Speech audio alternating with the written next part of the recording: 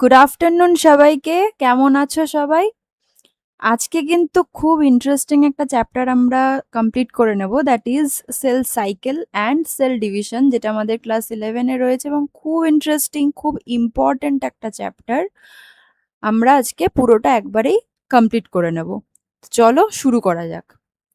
প্রথমেই আসছে cell cycle. What is cell cycle? Cell cycle হচ্ছে একটা সেল, সেটা গ্রো করবে, কিছুটা ম্যাচিওরড হবে, তারপরে সেই সেলের কিছু জেনেটিক ম্যাটেরিয়ালস থাকবে, সেগুলো সেই সেলের মধ্যে ডেভেলপ করবে এবং তারপরে সেলটা ডিভাইডেড হবে ইনটু ডটার সেলস।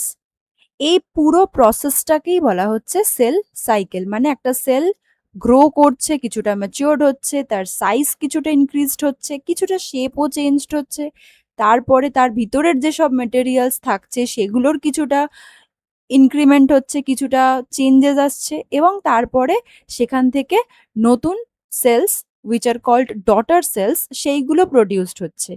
এই পুরো প্রসেসটাকেই আমরা কিন্তু জানি সেল সাইকেল হিসেবে। তাহলে সেলটা গ্রো করবে, ডুপ্লিকেটস ইটস জেনেটিক মেটেরিয়ালস। এবার এই জেনেটিক মেটেরিয়ালসের মধ্যে আমরা মেইনলি জানি ডিএনএ, কিন্তু তাছাড়া আরএনএও হবে, প্রোটিন সিনথেসিসও হবে, তা না হলে তো সেল সাইকেলটা ক্যারি ফরওয়ার্ডেড হতেই পারবে না। তো জেনেটিক মেটেরিয়ালসও কিছুটা প্রডিউসড হবে and ultimately daughter cells produced হবে। ডটার সেলস কোনটা? না, যেই সেলটা থেকে তৈরি হচ্ছে বা যেই সেলটা ডিভাইড করছে তাকে বলা হচ্ছে প্যারেন্ট সেল। Parent cell. আর এখান থেকে যেই সেলগুলো প্রডিউসড হচ্ছে এদেরকে বলা হচ্ছে ডটার সেলস, রাইট? তো এই পুরো প্রসেসটাই হচ্ছে সেল সাইকেল।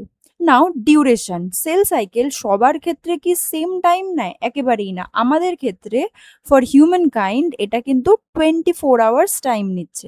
বাট যদি আমরা প্রোক্যারিওটিক সেল ডিভিশন দেখি, সেল সাইকেল পুরোটা কিন্তু অ্যাপ্রক্সিমেটলি 20 to 30 মিনিটস টাইম নিচ্ছে, মানে খুবই কম। কেন? কারণ প্রোক্যারিওটিক সেল ডিভিশনের ক্ষেত্রে আমরা দেখবো যে ওটা খুব বেশি কমপ্লেক্স প্রসিডিওর না, একদম হয় বাইনারি ফিশন হচ্ছে বা মাল্টিপল ফিশন হচ্ছে বা বাডিং হচ্ছে, মানে খুব সিম্পল একটা প্রসেসের থ্রুতে কিন্তু ওদের ডটার সেলস প্রডিউসড হয়ে যায়। তাই জন্য প্রোক্যারিওটিক সেল ডিভিশন খুব একটা বেশি টাইম নেয় না।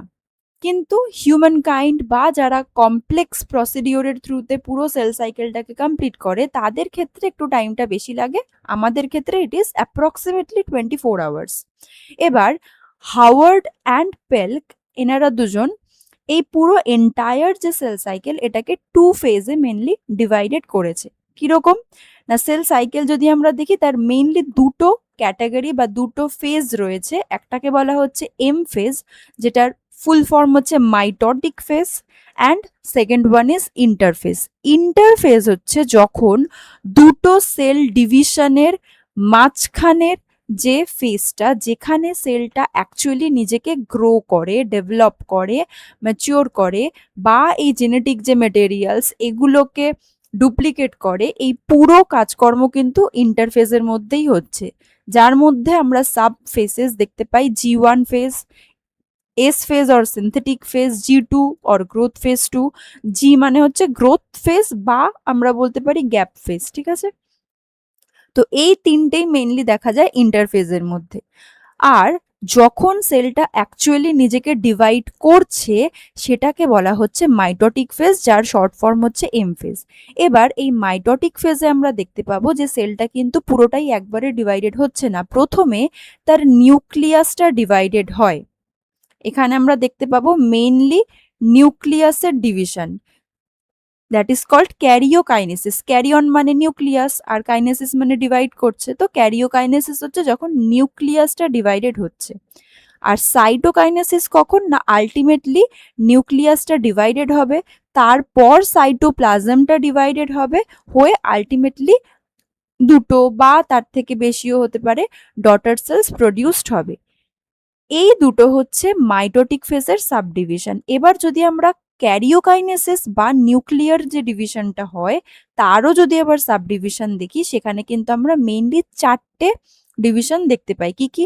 প্রফেজ, metaphase anaphase and lastly telophase. এই টেলোফেজটা ঠিকঠাকভাবে হবে, তারপর কিন্তু সেটা সাইটোকাইনেসিস শুরু করবে, আদারওয়াইজ হবে না, বা হলেও সেটা ঠিকঠাক সেলটা প্রডিউসড হবে না। যেই ডটার সেল প্রডিউসড হচ্ছে, যদি এই প্রসেসগুলোর মধ্যে কোনোটাতেও যদি প্রবলেম হয়, তাহলে কিন্তু সাইটোকাইনেসিস যদি হয়েও যায়, যেই ডটার সেলস প্রডিউসড হবে তার মধ্যে কিন্তু কোনো না কোনো ম্যালফাংশনিং দেখা যাবে। তো এই গেল হচ্ছে আমাদের পুরো অ্যাজ আ হোল যদি আমরা বলি সেল সাইকেলের একটা ব্রিফ আইডিয়া। এবার আমরা আস্তে আস্তে দেখবো ক্যারিওকাইনেসিস, সরি প্রথমে আসবে ইন্টারফেসটা আমরা পুরোটা দেখে নেব, তারপরে আমরা ক্যারিওকাইনেসিস অ্যান্ড লাস্টলি সাইটোকাইনেসিসটা দেখবো। তো প্রথমে আমরা শুরু করব হচ্ছে ইন্টারফেস দিয়ে। ইন্টারফেস প্রথমেই যেটা বললাম যে দুটো সাকসেসিভ সেল ডিভিশনের মাঝখানের যে পিরিয়ডটা, সেটাকেই বলা হচ্ছে ইন্টারফেস, যেখানে সেল আলটিমেটলি নিজেকে গ্রো করছে বা ডেভেলপ করছে, প্রিপেয়ার করছে নিজেকে ডিভাইড করার জন্য। তাহলে এখানে মেনলি এর গ্রোথ হয়। ডিউরেশন হিউম্যান কাইন্ডের মধ্যে এটা 23 আওয়ার্স মতন অ্যাপ্রক্সিমেটলি নেয়। তাহলে দেখো 24 আওয়ার্স টোটাল লাগছিল, রাইট? তার মধ্যে 23 আওয়ার্সই চলে যাচ্ছে ইন্টারফেসে, মানে ম্যাক্সিমাম টাইমটা কিন্তু ও নিজেকে ডেভেলপ করতেই কাজে লাগিয়ে দিচ্ছে। এর মধ্যে আমরা প্রথম যেটা পাই গ্রোথ ফেজ, বা আমরা এটাকে গ্যাপ ফেজ 1ও বলতে পারি। তো এখানে কি হচ্ছে, immediately follows the division phase, যেটা মাইটোসিস বা মিওসিস। মানে অ্যাকচুয়ালি যখন সেলটা, এটা ধরো প্যারেন্ট সেল ছিল, এখান থেকে দুটো ডটার সেল প্রডিউসড হয়েছে। এবার প্রত্যেকটা সেল, এই যে ডটার সেলস প্রডিউসড হয়েছে, এরা প্রত্যেকে ইন্টারফেজের মধ্যে এন্টার করলো, জাস্ট ফলো করছে মাইটোটিক ডিভিশন বা মিওটিক ডিভিশনটাকে। কি হচ্ছে, গ্রোথ ফেজে কিন্তু আমরা দেখতে পাবো ট্রান্সক্রিপশন অ্যান্ড ট্রান্সলেশন, এই দুটো প্রসেস হয়। কেন? কারণ ট্রান্সক্রিপশন হচ্ছে যখন ডিএনএ থেকে, ট্রান্সক্রিপশন ইজ যখন ডিএনএ থেকে আরএনএ প্রডিউসড হয়, রাইট? আর আরএনএ থেকে যখন কোনো একটা প্রোটিন তৈরি হচ্ছে, সেই প্রসেসটাকে আমরা বলছি কি, ট্রান্সলেশন, রাইট? তো আমরা এই গ্রোথ ফেজে দেখতে পাবো ট্রান্সক্রিপশনও হচ্ছে, ট্রান্সলেশনও হচ্ছে, রেপ্লিকেশন কিন্তু হবে না। কেন? কারণ সেলটা নিজেকে গ্রো করছে, তার মানেই কি ওর মধ্যে নিশ্চয়ই কিছু ম্যাটেরিয়ালস তৈরি হতে থাকবে, তারপরেই গ্রো করবে। কি তৈরি হচ্ছে না, বিভিন্ন প্রোটিনস তৈরি হচ্ছে, যার জন্য ডেভেলপমেন্ট হচ্ছে। আর প্রোটিন যদি তৈরি হতে হয়, তাহলে আগে আমাকে আরএনএ তৈরি করতে হবে। কাজেই এই ফেজে কিন্তু দুটো প্রসেসে সাইমালটেনিয়াসলি হতে থাকে। Substrates and enzymes which are necessary for DNA replication that are also being synthesized in this phase. কেন? কারণ আমরা একটু পরেই দেখতে পাবো গ্রোথ ফেজ 1 এর পরেই কিন্তু আসছে synthetic phase, which is also called S phase. এবার এই সিনথেটিক ফেজেই মেইনলি ডিএনএ রেপ্লিকেশনটা হয়। তাহলে ডিএনএ রেপ্লিকেশন হতে গেলে যেই যেই জিনিসগুলো আমার দরকার, সেইগুলো আমাকে আগে থেকে রেডি করে রাখতে হবে। এই গ্রোথ ফেজ 1-এ সেই জিনিসগুলো আগের থেকে প্রিপেয়ার্ড হয়ে থাকে, যাতে ডিএনএ রেপ্লিকেশন প্রসেসটা স্মুথলি এর পরের ফেজে হয়ে যেতে পারে। Cells along with the nucleus become larger in size. Automatically protein synthesized হচ্ছে, গ্রোথ হচ্ছে, তার মানে কি সেলের সাইজটাও ইনক্রিজড হবে, রাইট? তো এইখানে কিন্তু সেই জিনিসটা হচ্ছে। In humans, it lasts for about 10 to 11 hours. তাহলে ইন্টারফেজ সেটা নিয়ে নিচ্ছে 23 আওয়ার্স, তার approximately half of the duration সেটা চলে যাচ্ছে কিন্তু গ্রোথ ফেজ 1 বা গ্যাপ ফেজ 1 এর মধ্যে। মানে বেশ অনেকটা টাইম ও নিজেকে ম্যাচিওর করতে বা নিজেকে ডেভেলপ করতে নিয়ে নিচ্ছে। But it depends upon the physiological condition, মানে কোন সেল, কোন টাইপ অফ সেল, কারণ আমাদের বডির মধ্যে অনেক various types of cells are there in our body. তো তার ফিজিওলজিক্যাল কন্ডিশন কিরকম বা কোন টাইপ অফ সেল, এটার ওপর ডিপেন্ড করছে যে অ্যাপ্রক্সিমেটলি কতটা হতে পারে। বাট মোটামুটি সেটা 10 to 11 আওয়ার্সের মধ্যেই থাকে। এবার এই যে গ্যাপ ফেজ 1, এখানে সেলের 3টে চয়েস থাকে যে ফার্দার ও কোন প্রসেস বা কোন স্টেজে যাবে। কিরকম? একটা যেটা হচ্ছে খুব স্বাভাবিক এবং যেটাই হয়ে থাকে, দ্যাট ইজ এস ফেজ বা সিনথেটিক ফেজে ও এন্টার করে এবং সেল ডিভিশনটাকে কন্টিনিউ করে। মানে এই ফেজে যদি চলে যায়, সিনথেটিক ফেজে যদি চলে যায়, তার মানে সেল গ্রোথটা এখনো পর্যন্ত কন্টিনিউড হচ্ছে। বোঝা গেল? এরপরে এইটা বাদ দিয়ে ওর কাছে আরো দুটো অপশন থাকতে পারে। কিরকম? It can leave the active cell cycle and enter a quiescent state, যেটাকে আমরা বলি G0 ফেজ। G0 মানে হচ্ছে এখানে কিন্তু সেল ডিভিশন হবে না।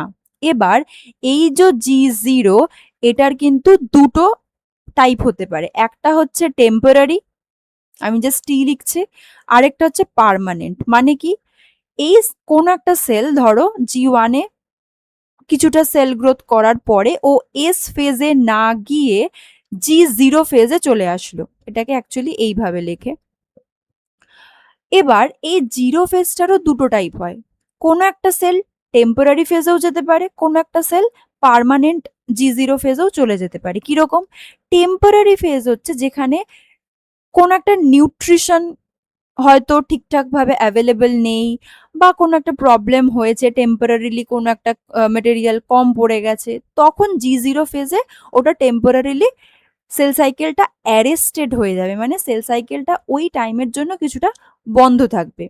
তারপরে যখন আবার ঠিকঠাক নিউট্রিয়েন্টস বা অন্যান্য কোনো মেটেরিয়াল বা প্রপার কন্ডিশন হবে, তখন আবারও সেল সাইকেলটাকে কন্টিনিউ করবে। যেমন কিডনি সেল বা লিভার সেল, এদের ক্ষেত্রে কিন্তু এই জিনিসটা দেখা যায় যে টেম্পোরারিলি ওরা G0 ফেজে রয়ে গেছে। আরেকটা হয় হচ্ছে পার্মানেন্টলি G0 ফেজে থেকে গেল, মানে সেল সাইকেলটা আর কন্টিনিউ করতে পারছে না কোনো কারণে। যেমন আমাদের নিউরনসের ক্ষেত্রে, মানে আমরা যেটাকে বলি ব্রেইন সেল, তাদের ক্ষেত্রে কিন্তু দেখা যায় যে আমরা জেনে থাকি যেটা, যে নিউরনস আমরা যতগুলো নাম্বারস অফ নিউরনস নিয়ে জন্মিয়েছি ততগুলোই থাকবে, তার থেকে ডিজেনারেটেড হয়ে গিয়ে নষ্ট হয় এজ বা অন্যান্য ফ্যাক্টরের কারণে, কিন্তু নতুন করে আর তৈরি হতে পারে না। কেন? কারণ এরা G0 ফেজে পার্মানেন্টলি রয়ে গেছে, এরার সেল ডিভিশন এই প্রসেসটা ক্যারি ফরওয়ার্ডেড করতে পারে না। এটা গেল একটা কুইজেন্ট স্টেট। আরেকটা যেটা হয়, it may stall at a specific point in G1 phase itself, কিন্তু এখানে এরা মেটাবলিক্যালি অ্যাক্টিভ থাকবে, কিন্তু কোনো সেল ডিভিশন হবে না। এটা একটু আলাদা। কিরকম? এখানে দুটো টার্ম আমরা পাবো, একটা হচ্ছে সেনেসেন্স আর একটা হচ্ছে অ্যাপোপ্টোসিস। এই সেনেসেন্স হচ্ছে সেল ডিভিশনটা জাস্ট অ্যারেস্টেড হয়ে গেছে, বন্ধ হয়ে গেছে, কিন্তু ও মেটাবলিক্যালি অ্যাক্টিভ আছে, ওর নিজের কাজকর্ম যতদূর ও ডেভেলপ করেছে ততদূর ওর যা যা কাজকর্ম করতে পারছে, কিন্তু সেল ডিভিশনটা হবে না। অ্যাপোপ্টোসিস হচ্ছে হয়তো কোনো সেল ডিভিশন বা সেল সাইকেলের সময় দেখা গেছে কোনো ডিএনএ তে মিউটেশন হয়ে গেছে, মানে কোনো জিন মিউটেশন হয়ে গেছে, ক্রোমোজোম মিউটেশন হয়ে গেছে। এদের ক্ষেত্রে দেখা যেতে পারে কি, যে আচ্ছা যদি এই সেল ডিভিশনটা কন্টিনিউ হতে থাকে, সেল সাইকেলটা কন্টিনিউ হতে থাকে, এই মিউটেটেড যে চেঞ্জেস গুলো হয়ে গেছে সেটাই ক্যারি ফরওয়ার্ডেড হয়ে নেক্সট সেলের মধ্যে চলে যাবে। কিন্তু এই সেলটা যদি তৈরি হয়, সেই সেলটা ভালো হবে না, মিউটেটেড হয়ে গেছে, কোনো একটা প্রবলেম তৈরি হয়ে গেছে, তখন দেখা যায় অ্যাপোপ্টোসিস হয়ে গেল, সেই সেলটা নষ্ট হয়ে গেল, যাতে ওই মিউটেটেড যে জিনটা বা ক্রোমোজোমটা সেটা যাতে আর ক্যারি ফরওয়ার্ডেড হতে না পারে। মানে যেহেতু সেলটা কোনোভাবে নষ্ট হয়ে গেছে বা কোনো প্রবলেম অ্যাবনর্মালিটিস চলে এসছে, যাতে সেই প্রবলেমটার ক্যারি ফরওয়ার্ডেড হয়ে তার অফস্প্রিং বা তার ডটার সেলসের মধ্যে চলে যেতে না পারে, এই কারণে সেটা নষ্ট হয়ে যায়। এই তিনটে চয়েস ওর মধ্যে থাকতে পারে। এবার এই তিনটে চয়েসের মধ্যে কোনটা হবে সেটা কিন্তু ডিপেন্ড করছে কিছু চেক পয়েন্টস এর উপর। মানে কি, আমরা যেমন ধরো একটা জায়গা থেকে মানে হাইওয়েতে যখন যাই, টোল ট্যাক্স থাকে, তো এখানে কিন্তু অনেকটা ওই রকমই, যে একটা চেক পয়েন্ট থাকে, এই চেক পয়েন্টটাই ডিটারমাইন করে দেবে ও কোন ফেজটায় এন্টার করবে। এখানে কারা থাকছে? এখানে G1 সাইক্লিন বলে কিছু রেগুলেটরি প্রোটিনস থাকছে, যারা কিনা এই জিনিসটাকে পুরোপুরিভাবে রেগুলেট করছে, যে তুই কোথায় যাবি, এগিয়ে যাবি নাকি হল্ট করবি পার্মানেন্টলি, নাকি টেম্পোরারিলি, নাকি কোনো গন্ডগোল হয়ে গেছে, আচ্ছা ঠিক আছে তাহলে তুমি মরে যাও। নষ্ট হয়ে যাও। তো এই জিনিসগুলো ঠিক করছে কিন্তু চেক পয়েন্টের এই প্রোটিনগুলো। G0 স্টেজ তাহলে কোনটা? না cell enters an arrested condition, when conditions change it reenters G1 phase. ঠিকঠাক নিউট্রিশন পেলো আবার রি এন্টার করে গেল, যেমন কি স্কেলিটাল মাসল সেলস বা কার্ডিয়াক মাসল সেল বা নিউরন, এরা কিন্তু আমরা দেখেই নিলাম আগে পার্মানেন্টলি G0 ফেজে থাকে, এদের আর ফার্দার ডিভিশন হয় না। নেক্সট যেটা আসছে that is called synthetic phase, বা শর্টে আমরা যেটাকে এস ফেজ বলি। এখানেই কিন্তু মেইনলি ডিএনএ রেপ্লিকেশনটা হয়ে থাকে, মানে কি নাম্বার অফ ডিএনএ কিন্তু বেড়ে যায়। এবার শুধু ডিএনএ তৈরি হলেই হবে না, তার সাথে আমার হিস্টোনসও লাগবে, হিস্টোন প্রোটিন যেটা। তাহলে histone proteins, these are also synthesized and become associated with the newly replicated DNA, thus it forms chromatin fibers। কারণ আলটিমেটলি আমাকে ক্রোমাটিন ফাইবার তৈরি করতে হবে, তারপর সেখান থেকে ক্রোমোজোম তৈরি হবে, তারপরে আরো ফার্দার প্রসিডিওরে এরা এগিয়ে যাবে। তো আমার শুধু ডিএনএ দিয়ে তো কাজ নেই, ডিএনএ এর সাথে আমার হিস্টোন প্রোটিনসটাও লাগবে। Centrosome is duplicated in this phase. আমরা যেটা জানি আমাদের অ্যানিমাল সেলসে যেটা থাকে সেন্ট্রোজোম, সেটাও কিন্তু এই ফেজেই ডুপ্লিকেটেড হয়। ইউক্রোমাটিন আর হেটারোক্রোমাটিন আমরা দুটো জিনিস পাই। ইউক্রোমাটিনটা সেন্টারের দিকে থাকছে আর হেটারোক্রোমাটিনটা পেরিফেরির দিকে থাকছে নিউক্লিয়াসের। তো ইউক্রোমাটিন যেগুলো সেগুলো কিন্তু একটু মানে এই এস ফেজের মধ্যেই একটু আর্লিয়ার স্টেজে তৈরি হচ্ছে, মানে এস ফেজের আর্লিয়ার ফেজে তৈরি হচ্ছে ইউক্রোমাটিন, আর একটু পরের দিকে তৈরি হচ্ছে হেটারোক্রোমাটিন। আর কিছু কিছু সেলে দেখা যায় জিসি, মানে যেটা অ্যাকচুয়ালি জি ট্রিপল বন্ড সি, সেটা আগে তৈরি হচ্ছে দেন দ্য এটি, এ ডাবল বন্ড টি, এই রিজিয়নের থেকে, রাইট? এরপরে চলে আসছে আমাদের G2 ফেজ। তাহলে G1 আমরা দেখলাম কিছুটা গ্রোথ ডেভেলপমেন্ট হলো, এস ফেজে দেখলাম আমরা ডিএনএ রেপ্লিকেশনটা মেন, তার সাথে হিস্টোন প্রোটিন এসব তৈরি হচ্ছে। এবার সেগুলোও যখন তৈরি হয়ে গেল, তারপর চলে আসবে G2 ফেজ বা গ্রোথ 2 ফেজ। এখানে কি হচ্ছে, এটাকে বলা হয় পোস্ট ডিএনএ সিনথেসিস ফেজ, কারণ তার আগেরটাতেই আমরা দেখলাম ডিএনএ রেপ্লিকেশন হয়ে গেছে। তো এর পরে যেহেতু আসছে তাই জন্য বলছে পোস্ট ডিএনএ সিনথেসিস ফেজ। এখানে কিন্তু আরএনএ সিনথেসিস হচ্ছে, এর আগেরটায় ডিএনএ তৈরি হয়ে গেছে, সেখান থেকে এবার তাহলে আরএনএ গুলো তৈরি হবে, এবং এই প্রসেসটাকে আমরা কি জানি, এটাকে বলা হচ্ছে transcription. Metabolic activities for growth of cytoplasm, its constituent organelles, macromolecules, these are performed। তাহলে শুধুমাত্র আরএনএই হবে না, তার সাথে সাথে কিছু মেটাবলিক অ্যাক্টিভিটিসও হবে, যেগুলোর থ্রুতে বিভিন্ন গ্রোথ ফ্যাক্টরস বা গ্রোথ মলিকিউলস, যেগুলো আর কি দরকার গ্রোথটাকে কন্টিনিউ করার জন্য, সাইটোপ্লাজমটার যাতে গ্রোথ হয় এইটার জন্য যেই যেই জিনিসগুলো দরকার সেগুলোও তৈরি হতে থাকছে। Factors for chromosome condensation are synthesized. কেন? কারণ এর পরেই কিন্তু শুরু হয়ে যাবে সেল ডিভিশন, এতক্ষণ ইন্টারফেজেও নিজেকে প্রিপেয়ার করে নিচ্ছে, একদম তুমি ঠিকঠাক করে পড়াশোনা করে নিচ্ছ যাতে যখনই এক্সামটা শুরু হবে আমি যাতে খুব ভালোভাবে এক্সাম দিয়ে পারফর্ম করে আসতে পারি এক্সাম হলে। ঠিক তেমনি এখানেও তাই, ইন্টারফেসও নিজেকে পুরো প্রপারলি নিজেকে রেডি করে নিচ্ছে, যখনই ডিভিশনটা শুরু হবে যাতেও পরপর করে ঠিকঠাকভাবে প্রসেসগুলো ফলো করতে পারে। তো এখানে তাই জন্য কিন্তু যেই ফ্যাক্টরসগুলো দরকার ক্রোমোজোম কন্ডেনসেশনের জন্য সেইগুলো এখানেই তৈরি হয়ে যাচ্ছে। In this phase, a cell contains 2 times the amount of DNA present in diploid cell, কারণ ডিএনএ রেপ্লিকেশনটা জাস্ট হয়েছে এর আগের ফেজে।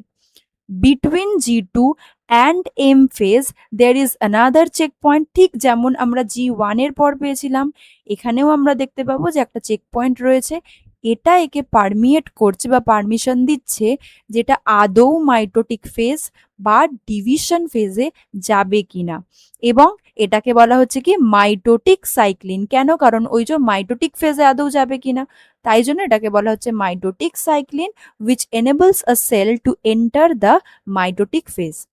তো এত দূর গেল হচ্ছে আমাদের ইন্টারফেজ, যেখানে আমরা দেখতে পেলাম সেলটা নিজেকে জাস্ট প্রিপেয়ার করছে সেল ডিভিশনের জন্য।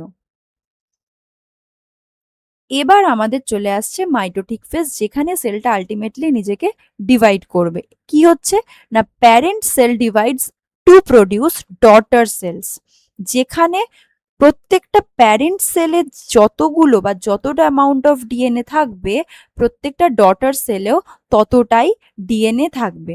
এটা কিন্তু মাইটোটিক সেল ডিভিশনের একটা ইম্পর্টেন্ট পয়েন্ট, যে প্যারেন্ট সেলে যতটা ডিএনএ থাকে, ডটার সেলেও ততটাই ডিএনএ থাকছে।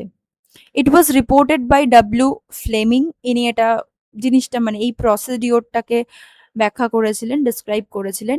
ডিউরেশন কি বলছে, lasts for an about an hour in animals, specifically in humans, কারণ 23 আওয়ার্স তো ইন্টারফেজ নিয়ে নিয়েছে, বাকি রয়েছে আর 1 আওয়ার, তো এটা মাইটোটিক ফেজেই লেগে যায়। যেটা আমরা দেখতে পাই আমাদের সোমাটিক সেলস বা আমাদের যে বডি সেলস যেগুলো, সেইখানে কিন্তু এই মাইটোটিক সেল ডিভিশনটা হয়। এবার এই মাইটোটিক সেল ডিভিশন বা মাইটোটিক ফেজ, এটাকে আমরা মেইনলি দুটো সাব ক্যাটাগরিতে ডিভাইড করতে পারি। First one is karyokinesis, second one is cytokinesis. Karyokinesis মানে কি, নিউক্লিয়াসটা ডিভাইডেড হবে। এখানে কি হয়, sister chromatid at each pole converts into chromosome. আচ্ছা, সিস্টার ক্রোমাটিডের পার্টটা আমি একটু পরে একটু ডিটেলে বলছি, বাট এখানে জেনে রাখো যে একটা ক্রোমোজোমের দুটো ক্রোমাটিড থাকে, তারাই হচ্ছে সিস্টার ক্রোমাটিড, এবং প্রত্যেকটা chromatid at each pole converts into ক্রোমোজোমে কনভার্টেড হয়। Parent cell consists of two daughter nuclei, each containing the number of chromosome as that of the number of parent cell. তাহলে parent cell যেটা, সেখানে এবার দেখা গেল যে আচ্ছা সবকিছু করে টোরে সব এই পুরো প্যারেন্ট সেলটার মধ্যে দুটো নিউক্লিয়াস তৈরি হয়েছে। যেহেতু দুটো নিউক্লিয়াস, তাই জন্য নিউক্লিয়াই টার্মটা দিয়েছে, কারণ this is the plural form of nucleus. এবার এই পুরো সেলটার মধ্যে কিন্তু প্যারেন্ট সেলে যতগুলো ক্রোমোজোম থাকবে, আমরা দেখতে পাবো এর থেকে যে ডটার সেলগুলো তৈরি হবে, সেগুলোতেও সেম অ্যামাউন্ট অফ ডিএনএ তো থাকছে, and containing the number of chromosome as that of বলাই হলো। this phase is subdivided into prophase, metaphase, anaphase, telophase। এটা আমরা জাস্ট আগেই পড়েছি। সব করা ঠরা হয়ে গেল। এবার এখন আমরা যা কন্ডিশন দেখতে পাচ্ছি, একটাই সেল, সাইটোপ্লাজম একটাই, তার মধ্যে দুটো নিউক্লিয়াই। এই দুটোকেও তো ডিভাইড করতে হবে, তা না হলে তো একটা সেলের মধ্যে দুটো নিউক্লিয়াই চলে আসবে। এবার তৈরি হচ্ছে কি, এখান থেকে এইরকম একটা ফরমেশন হবে। এটা যদিও একটু অন্যরকম দেখতে লাগছে, বাট এরকম একটা ফাড়ো মতন ক্রিয়েট হবে অ্যানিমাল সেলে, যেটা আলটিমেটলি সাইটোপ্লাজমটাকে ডিভাইড করে দেবে, এবং এখান থেকে কিন্তু দুটো ডটার সেলস প্রডিউসড হচ্ছে। তাহলে a cleavage furrow forms at the middle of the parent cell, thus two daughter cells are produced. এইটাকে বলা হচ্ছে ফাড়ো, মানে এই যে একটা কার্ভ মতন তৈরি হচ্ছে এরকম, এটা অ্যানিমাল সেলে হয়, বাট প্লান্ট সেলে একটু আলাদা হয়। তো এটা তৈরি হচ্ছে, হওয়ার পরে কিন্তু পুরো ডটার সেলস প্রডিউসড হয়ে গেল। এবার আমরা প্রফেজ, মেটাফেজ, অ্যানাফেজ, টেলোফেজ এই চারটেকে একটু ঠিকঠাকভাবে দেখে নিই যে প্রত্যেকটা ফেজে কি কি হয়। প্রফেজ যেটা, this is the longest phase of karyokinesis. এখানে সব থেকে বেশি টাইম লাগে কার রেসপেক্টে, না পুরো ক্যারিওকাইনেসিস এইটার রেসপেক্টে, ক্যারিওকাইনেসিসের রেসপেক্টে। কি হচ্ছে, chromatin fibers undergo condensation to form chromosome। Condensation মানে ক্রোমাটিন ফাইবার গুলো তো এরম এরম ভাবে রয়েছে, পর পেঁচিয়ে রয়েছে, রাইট, কিন্তু এরা আস্তে আস্তে আস্তে আস্তে কন্ডেন্সড হচ্ছে, মানে কি একটা জায়গায় কন্ডেন্সড হচ্ছে, ঘন হয়ে যাচ্ছে, ডেন্সিটিটা বেড়ে যাচ্ছে, এবং এটা করতে করতে তৈরি হচ্ছে chromosome. They become thicker and smoother. তাহলে এই যে ক্রোমাটিন ফাইবার, সেখান থেকে দেখা গেল একটা এরকম ক্রোমোজোম তৈরি হয়ে গেল। ঠিক আছে, নাও ক্রোমোজোমস কন্ট্রাক্ট লঞ্জিটিউডিনালি ক্রোমোজোমগুলোর একটু কন্ট্রাকশন হয়। In each chromosome two chromatids are formed and attached together with the help of centromere. Centromere কোনটাকে বলবো, এই যদি একটা আমি ক্রোমোজোম বলি, মিডলের যে পয়েন্টটা, এটাকে বলা হচ্ছে সেন্ট্রোমিয়ার। এবার এখানে ক্রোমোজোমের কথাটা যেটা বলেছে, যে এটা দুটো ক্রোমাটিড প্রডিউসড করে, মানে কি জিনিসটা এইরকম থাকবে 1 2 3 মানে এটা অনেকটা গোল মতন হয়ে গেছে, বাট এটা একটুখানি মানে লম্বাটে টাইপের হয়। এই মাঝখানের পয়েন্টটাকেই কিন্তু বলা হচ্ছে centromere. Despiralization in chromosome occurs. Despiralization মানে কি, ক্রোমোজোম গুলো যে পেঁচিয়ে পেঁচিয়ে থাকছে, কয়েলিং যেটা থাকছে, সেই জিনিসটা আস্তে আস্তে আনওয়াইন্ডেড হয়ে যায়, খুলে যায়। এই প্রসেসটাকেই বলা হচ্ছে কি ডিস্পাইরালাইজেশন। At the end of this phase, nuclear membrane and nucleolus, both of these disappear and spindle fibers form the nuclear spindle. তাহলে আমরা একদম প্রথমে যদি দেখি, দিস ইজ দ্য, এই যে প্রথম যে ডায়াগ্রামটা, this is the early prophase, যেখানে আমরা দেখতে পাবো যে ক্রোমাটিন ফাইবার যেগুলো, সেগুলোর আস্তে আস্তে কন্ডেনসেশন শুরু হচ্ছে। এবং লেট প্রফেজে গিয়ে কিন্তু আমরা দেখতে পাচ্ছি কি, যে ক্রোমোজোম, তার মধ্যে প্রত্যেকটার মধ্যে দেখো দুটো করে দাগ দেখতে পাচ্ছ, মানে অ্যাকচুয়ালি মানে দুটো মনে হচ্ছে টিউবের মতন স্ট্রাকচার, কারণ এরা প্রত্যেকটা হচ্ছে এক একটা ক্রোমাটিড, এই একটা ক্রোমাটিড, এই একটা ক্রোমাটিড, দুটো মিলে একটা ক্রোমোজোম তৈরি হয়েছে। এবং অ্যালং উইথ দ্যাট নিউক্লিওলাস তো ডিসঅ্যাপিয়ার করে গেছে, এবং নিউক্লিয়ার মেমব্রেনটাও আস্তে আস্তে ডিসঅ্যাপিয়ার করে যাচ্ছে, এবং at the end of this phase both of this will disappear. এবং তার সাথে সাথে আমরা দেখতে পাই যে স্পিন্ডল ফাইবার্স, এখানে যদিও সেটা দেখায়নি, বাট স্পিন্ডল ফাইবার্সও কিন্তু ফর্ম করে যায়। এবার তার পরেরটাই আসছে কি মেটাফেজ, যেখানে আমরা দেখতে পারবো যে এই যে ক্রোমোজোম যেগুলো তৈরি হয়েছিল সেটা স্পিন্ডল ফাইবারের একদম ইকুয়েটারে চলেছে, মানে ইকুয়েটোরিয়াল, একদম মিডলের, যেমন আমরা জানি আর্থের যে ইকুয়েটারটা রয়েছে, সেরকমই কিন্তু এখানেও ক্রোমোজোমগুলো ইকুয়েটারে চলে আসছে। Spindle fibres are distributed from north to the south pole. এই যে লম্বা লম্বা যে দাগগুলো আমরা দেখতে পাচ্ছি, আমি যদি একটু পয়েন্টার দিয়ে শো করি, এই যে এই দাগটা, এই দাগটা, এই দাগটা, এরা হচ্ছে গিয়ে স্পিন্ডল ফাইবার্স। আর এই দুটো হচ্ছে সেন্ট্রিওলস, এখান থেকে অ্যাস্টার ফর্ম করে ইন অ্যানিমাল সেলস। এটা অ্যানিমাল সেলস এর কথাই বলা হচ্ছে, আমাদের হিউম্যান সেলস যেহেতু। তো এগুলো হচ্ছে স্পিন্ডল ফাইবার্স। কি বলেছে না, তারা নর্থ টু সাউথ পোলে কিন্তু ডিস্ট্রিবিউটেড থাকে। Chromosomes are arranged at the equator. এই যে ক্রোমোজোম গুলো ইকুয়েটার রিজনে অ্যারেঞ্জড রয়েছে। In animal cells small chromosomes are placed at the centre and comparatively long ones are situated at the periphery of the spindle fibers. এখানে যেটা অতটা হয়তো বোঝা যাবে না, বাট অ্যাকচুয়ালি স্মল যে ক্রোমোজোম গুলো, কারণ ক্রোমোজোম কিন্তু সবগুলোর স্ট্রাকচার বা সবগুলোর লেন্থ সমান না, একটা বড় একটা ছোট এরকম আছে। তো এখানে বলা হয়েছে যে যেই ক্রোমোজোম গুলো একটু ছোট তারা সেন্টারের দিকে থাকবে, আর যেগুলো একটু বড় সাইজে তারা থাকবে পেরিফেরির দিকে। নেক্সট আমাদের আসছে অ্যানাফেজ। অ্যানাফেজে কি দেখা যাবে না, this is the shortest phase of karyokinesis. আমাদের এই যে পুরো ক্যারিওকাইনেসিসের আমরা পড়বো, সেখানে দেখা যায় এই অ্যানাফেজটাই হচ্ছে shortest of all of this. Centromere divides into two. Centromere এবার দুটো ভাগে ডিভাইডেড হয়ে গেছে। আমরা আগে যেটা দেখলাম যে এরকম একটা রয়েছিল, এর উপরে একটা, এর নিচে একটা, আবার এর এইদিকে একটা, এইদিকে একটা, মানে এটা অ্যাকচুয়ালি ইকুয়াল লেন্থ হবে। তো এখানে দেখা যায় এই যে সেন্ট্রোমিয়ারটা, এটাও কিন্তু ডিভাইডেড হয়ে গেছে। Due to the shortening of spindle fibers, each chromatid containing one centromere moves towards either of these poles. এবার যেহেতু দুটো ডিভাইড হয়ে গেছে, তার মানে কি এখান থেকে দেখা যাবে একটা এরকম তৈরি হয়েছে, আরেকটা এরকম তৈরি হয়েছে। এবার দুটো দুটো আলাদা আলাদা পোলে যাবে, এটা যদি নর্থ পোলে যায়, এটা তাহলে সাউথ পোলে আসবে। এইভাবেই জিনিসটা আস্তে আস্তে মুভ করতে থাকে in opposite direction. Chromosomes assume V, J, L or I shape, মানে সেন্ট্রোমিয়ারটা কোথায় রয়েছে তার উপর ডিপেন্ড করছে ক্রোমোজোমের শেপটা কিরকম হবে। যদি মিডিলে থাকে এটা অনেকটা এইরকম টাইপের দেখতে হতে পারে, মানে অনেকটা বলা হচ্ছে ভি শেপ। আচ্ছা, যদি আরেকটু উপরে থাকে সেটাকে বলা হচ্ছে জে শেপ।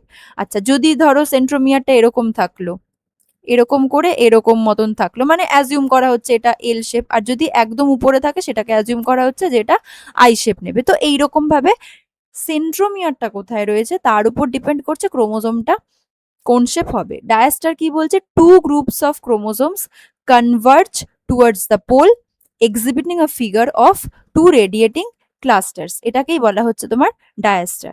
এতদূর গেল হচ্ছে অ্যানাফেজ। এবার লাস্ট ফেজ অফ ক্যারিওকাইনেসিস, যেখানে দেখা যাচ্ছে টেলোফেজ, সেখানে এই ক্রোমোজোমগুলো আস্তে আস্তে দুটো পোলসে চলে গেছে এবং they start to become thin again.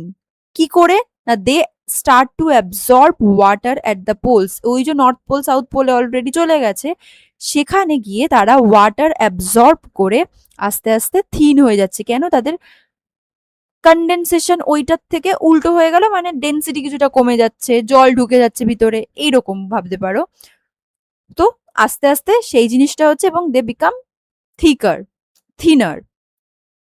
Chromosomes start to uncoil, আস্তে আস্তে আনকয়েলিং হচ্ছে। নিউক্লিয়ার মেমব্রেন আবার তৈরি হয়ে গেল, নিউক্লিওলাস আবার রিঅ্যাপিয়ার করলো। Now two daughter nuclei are formed from one nucleus. আমরা একদম প্রথমে দেখলাম কি একটা নিউক্লিয়াস ছিল, এখন কিন্তু আমরা দেখতে পাচ্ছি দুটো প্রপার নিউক্লিয়াই তৈরি হয়ে গেছে। এটা ক্যারিওকাইনেসিস শেষ হলো। এবার আমরা এখানে যেটা দেখতে পাচ্ছি যে একটাই সেল রয়েছে, তার মধ্যে কিন্তু দুটো নিউক্লিয়াই রয়েছে। তাহলে এবার আমার সাইটোপ্লাজমটাকে ডিভাইড করতে হবে।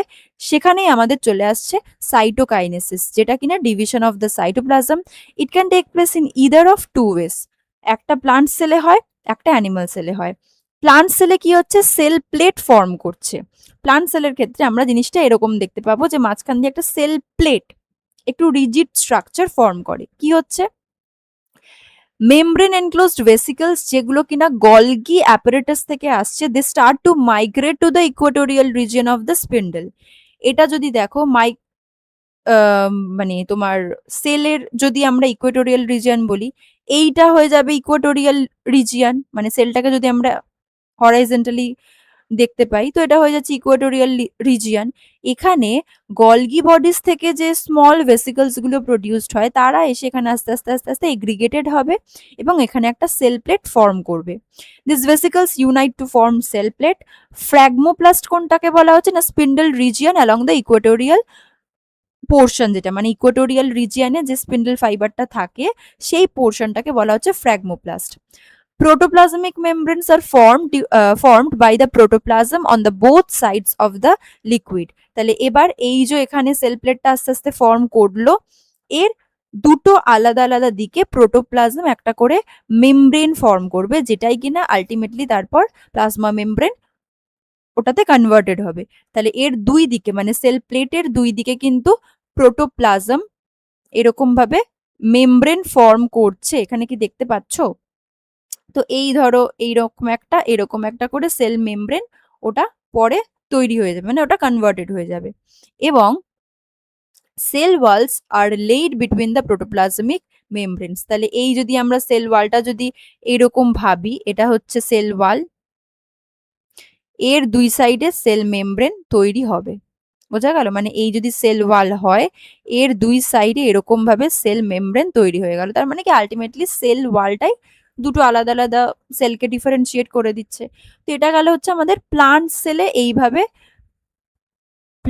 সেলে এইভাবে কিন্তু তোমার সাইটোকাইনেসিসটা হচ্ছে। এবার অ্যানিমাল সেল, সেখানে তো সেল প্লেট হয় না, কারণ সেল ওয়াল তৈরি হয় না।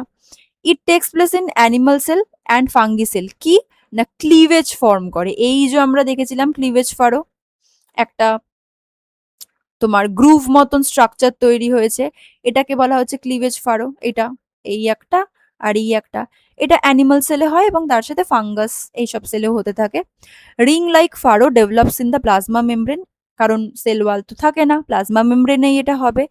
The cleavage depends until it cuts entirely through the cell. যতক্ষণ না পুরো সেলটা এটাকে কেটে দিচ্ছে, ততক্ষণ কিন্তু এই ফারোটা আরো ডিপার হতে থাকে, মানে এই ফারোটা এইরকম হয়ে আরো ডিপ হবে, আবার এই দিকটা ওরকম ভাবে ডিপ হবে, এবং এটা হতে হতে যতক্ষণ না দুটো মিট করছে ততক্ষণ এটা কন্টিনিউ হবে। যেই এরা দুজন মিট করে যাবে, তখনই এই জায়গাটা আস্তে করে কেটে যাবে, একটা কাট হয়ে যাবে।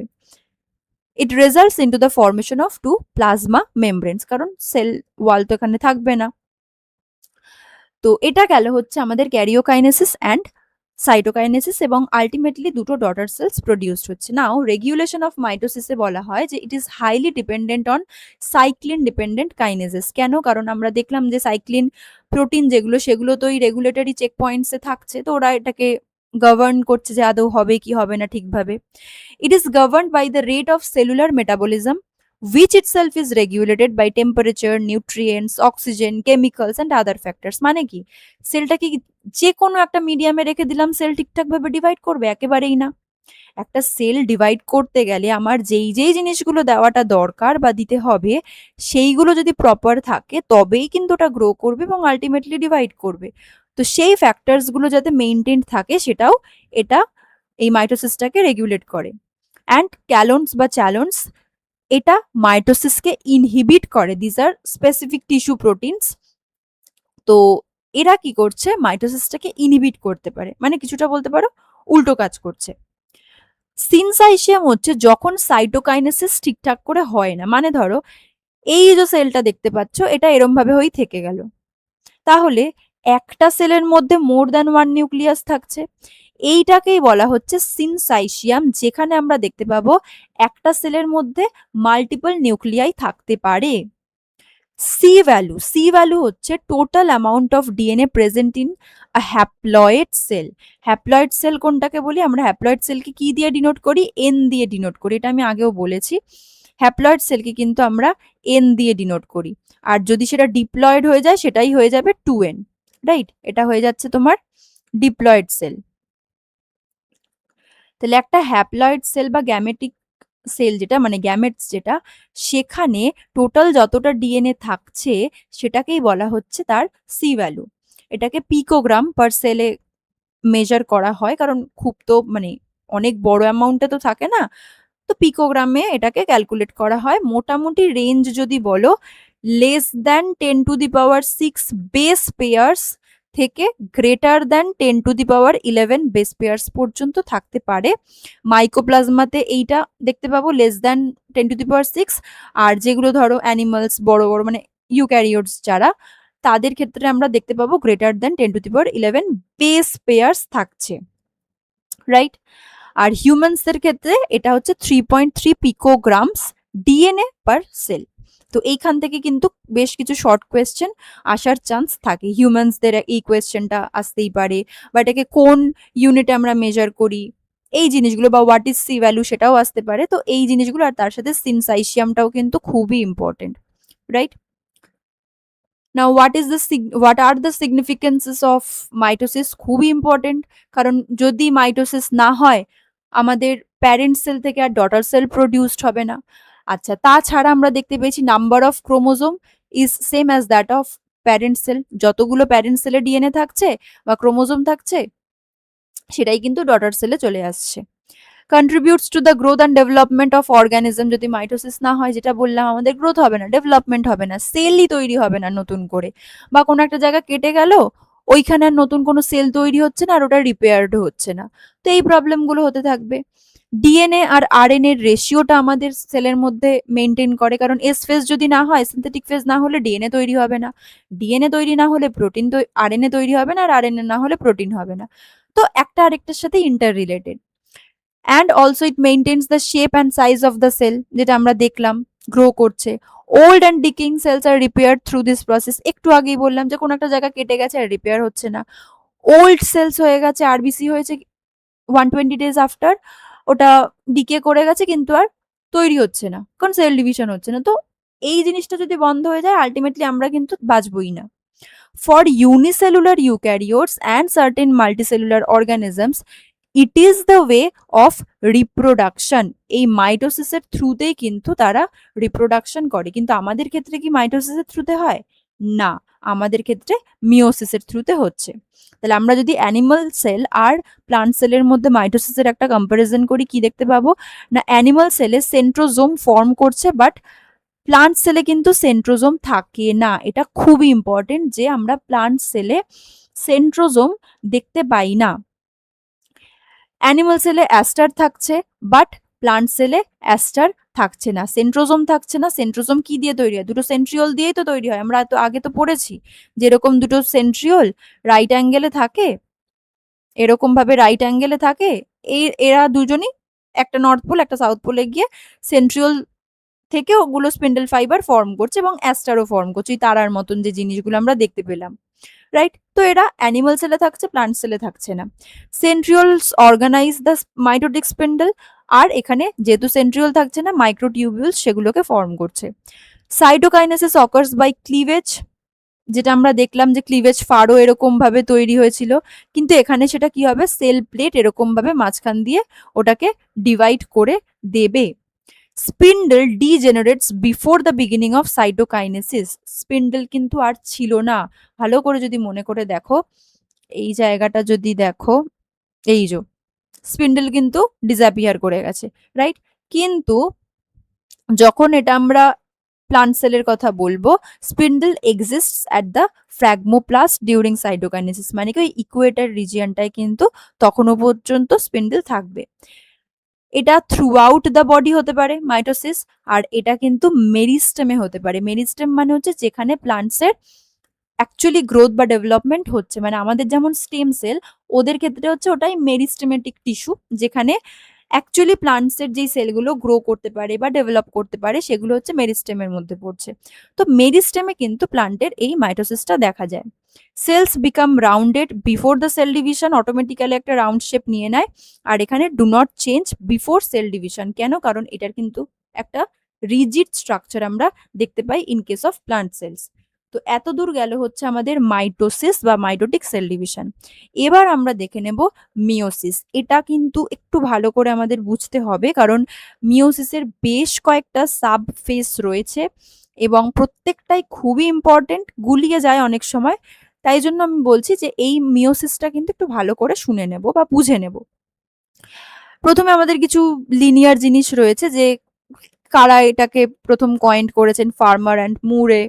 Number of chromosomes remains same in all the generations, মানে এটা হচ্ছে মিওসিসের একটা সিগনিফিকেন্স, যে যেহেতু মিওসিস হচ্ছে তাই জন্য জেনারেশন আফটার জেনারেশন ক্রোমোজোমের নাম্বারটা সেম থাকছে, মানে কি হিউম্যানসদের ক্ষেত্রে এটা 46, আর যদি আমি পেয়ার্সে বলি তাহলে বলবো 23 পেয়ার্স, রাইট? মিওসিস যদি না হয় বা না হতো, তখন কিন্তু এই ক্রোমোজোম নাম্বারটা জেনারেশন আফটার জেনারেশন মেনটেইনড হতে পারতো না। তো এটা একটা খুব বড় একটা সিগনিফিকেন্স অফ মিওসিস। টাইপস এর মধ্যে আমরা দেখতে পারি যে occurrence at different stages of life cycle, মানে কোন লাইফ সাইকেলের কোন স্টেজে এটা হচ্ছে তার উপর ডিপেন্ড করে এটাকে কিছু সাব ক্যাটাগরিতে ভাগ করা হয়েছে। কিরকম? স্পোরোজেনিক মানেই আমরা বুঝতে পারছি যখন স্পোর ফর্ম হবে। স্পোরোজেনেসিসের সময় in case of higher plants, এটা মাইক্রোস্পোর বা মেগাস্পোর যখন তৈরি করে তখন এই মিওসিসটা হচ্ছে। তাই জন্য যেহেতু স্পোর ফর্মেশনের সময়, তাই জন্য স্পোরোজেনেসিস, যার আরেকটা নাম ইন্টারমিডিয়েট মিওসিসও বলা হয়। গ্যামেটিক মিওসিস যখন গ্যামেট ফর্ম করবে, in during gametogenesis in case of animals and lower plants, and thus it forms gametes. আর জাইগোটিক মিওসিস কখন? যখন এটা লোয়ার প্লান্টসে, যখন এটা জাইগোট ফর্ম করবে এবং ফার্টিলাইজেশন হবে, তখন এটাকে বলা হচ্ছে কিন্তু জাইগোটিক মিওসিস। তো এগুলো হচ্ছে কিছু সাব ক্যাটাগরি, কিসের ওপর না, মিওসিসটা হচ্ছে কখন তার উপর ডিপেন্ড করে। নাও যখন এই মিওসিসটা হয়, যেই সেলের মধ্যে মিওসিসটা হচ্ছে সেটাকে বলা হচ্ছে meiocyte, in plural it is meiocytes. This process comprises two cell divisions. খুব মন দিয়ে এবার শুনবো।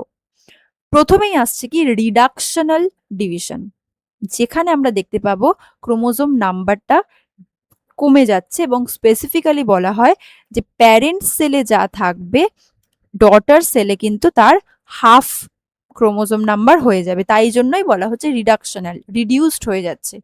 বা এটার আরেকটা নাম হচ্ছে হেটারোটাইপিক বা ফার্স্ট মিওটিক ডিভিশন। এটা হয়ে যাবে, তারপরে কিন্তু শুরু হবে ইকুয়েশনাল ডিভিশন, যেখানে আমরা দেখতে পাবো যে এই সেল ডিভিশনে যেই প্যারেন্ট সেলগুলো পার্টিসিপেট করছে তাদের same number of chromosome daughter সেলে থাকবে। এটা না যে রিডাকশনাল ফেজে বা রিডাকশনাল ডিভিশনে যে প্যারেন্ট সেল ছিল তার সেম নাম্বার অফ ক্রোমোজোম না, এই ইকুয়েশনাল ডিভিশনে যেই সেল পার্টিসিপেট করছে সেটা এবার আমরা বলছি যে এটা তার প্যারেন্ট সেল। এই প্যারেন্ট সেলে যতগুলো ক্রোমোজোম থাকবে সেখান থেকে যে ডটার সেল তৈরি হবে সেখানে সেম নাম্বার অফ ক্রোমোজোম থাকবে। এই জিনিসটা কিন্তু অনেক সময় আমাদের গুলিয়ে যায়, আমাদের মনে হয় যে রিডাকশনাল ডিভিশনে যেই সেলটা ছিল সেইটাই প্যারেন্ট সেল, এখানেও সেটাই প্যারেন্ট সেল, এখানে কিন্তু সেটা চেঞ্জ হয়ে যায়। কেন চেঞ্জ হয় একটু বাদেই বুঝতে পারবে। এবং যেহেতু সেম থাকে তাই জন্য বলা হচ্ছে homotypic or second meiotic division. এবং আফটার দিস হোল প্রসেস আমরা দেখতে পাবো total number of nuclei form করছে 4টে, যেটা আমরা মাইটোসিসে কিন্তু 2টো পেয়েছিলাম, containing half the number of chromosomes as that of the parent cell. এটা কোন প্যারেন্ট সেল? এটা হচ্ছে রিডাকশন, মানে একদম প্রথমে যেই প্যারেন্ট সেলটা ডিভিশনটা শুরু করেছিল এটা সেই প্যারেন্ট সেলের রেসপেক্টে বলা হচ্ছে যে তার হাফ নাম্বার অফ ক্রোমোজোম কিন্তু ডটার সেলে থাকবে। নাও হেটারোটাইপিক ডিভিশন যদি আমরা আসি, এটাকে আমরা টোটাল 4টে স্টেজে ডিভাইড করতে পারি। প্রথমে আসছে কি প্রফেজ 1। প্রফেজ 1 কি? It is the longest stage which is divided or subdivided into 6 sub stages। তাহলে আমরা প্রথমে পেলাম মিওসিস। মিওসিসের মধ্যে প্রথমে আমরা দেখতে পাচ্ছি যে দুটো টাইপ হতে পারে, মানে দুটো সাব ক্যাটাগরি রয়েছে, একটা হচ্ছে হেটারোটাইপিক রিডাকশনাল, অর মানে তার সাথে একটা হোমোটাইপিক বা ইকুয়েশনাল। এবার হেটারোটাইপিক ডিভিশনের আবার 4টে আলাদা আলাদা স্টেজ রয়েছে, যেটা আমরা ওই প্রফেজ, মেটাফেজ, অ্যানাফেজ, টেলোফেজ পেয়েছিলাম ওই 4টেই। এবার আমরা প্রফেজ 1-এ যদি দেখি তখন আবার দেখতে পাবো যে প্রফেজ 1টায় 6টা সাব স্টেজ রয়েছে। কি কি? প্রথমে আসছে প্রি লেপটোটিন। খুব মন দিয়ে শোনো, প্রি লেপটোটিন। এটাকে অনেক সময় কিন্তু এর মধ্যে ধরা হয় না, এটাকে আলাদা করেও অনেক সময় বলা যেতে পারে, বাট আমরা এখানে একসাথেই পড়বো যে 6টা স্টেজ রয়েছে। মানে আমি বলতে চাইছি অনেক সময় 6টা না বলে 5টা স্টেজও বলতে পারে, প্রি লেপটোটিনটাকে অনেক সময় বাদ দিয়ে দেয়, বাট আমরা এখানে 6টা স্টেজই বুঝে নিই। প্রি লেপটোটিন হচ্ছে এটা একটা ট্রানজিশনাল স্টেজ, মানে আগের স্টেজ যেটা হয়েছিল ডিএনএ রেপ্লিকেশন এসব হবে, তারপরে কিন্তু মানে ডিএনএ রেপ্লিকেশন আর তার আগের মাইটোটিক ডিভিশন, তার মধ্যের একটা স্টেজ, একটা ফেজ থেকে আরেকটা ফেজে এটা যাচ্ছে, ট্রানজিশন হচ্ছে, এই জন্য এটাকে অনেক সময় ধরে না এর মধ্যে। Chromosomes are extremely thin. এটা এটা হচ্ছে এই প্রি লেপটোটিনের মেন পয়েন্ট, যে ক্রোমোজোমগুলো থিন হয়ে যায়।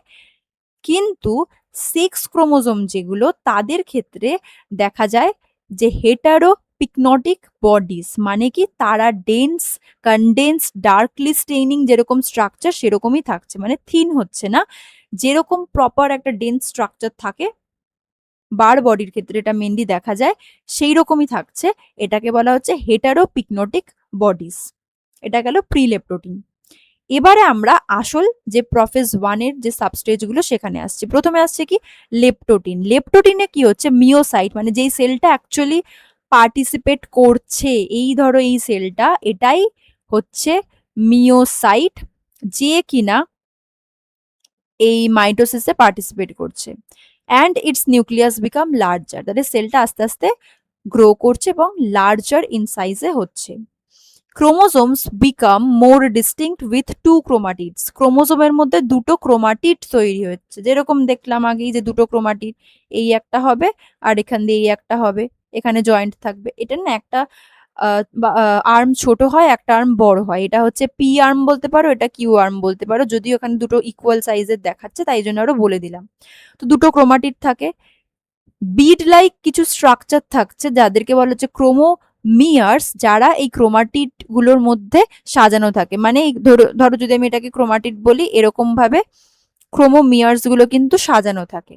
In animal cells the ends of the chromosomes remain in touch with the nuclear membrane.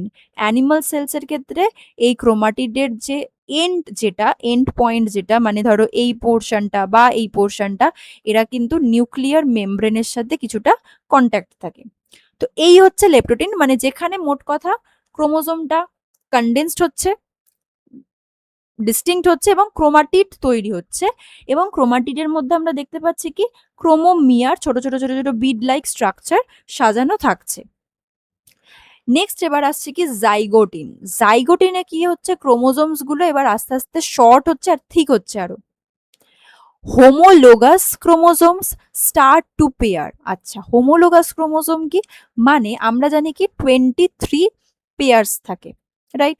এবার আমি ধরো এর মধ্যে থেকে যে কোনো একটা বললাম, যে সাপোজ 12 নাম্বার ক্রোমোজোম যেটা, সেটা। এই 12 নাম্বার ক্রোমোজোম কি একটা থাকবে না, দুটো থাকবে। কেন? কারণ একটা আমার আসবে মাদার থেকে, একটা আসবে কিন্তু ফাদার থেকে, মানে একটা হচ্ছে ম্যাটার্নাল আর একটা হচ্ছে প্যাটার্নাল, রাইট?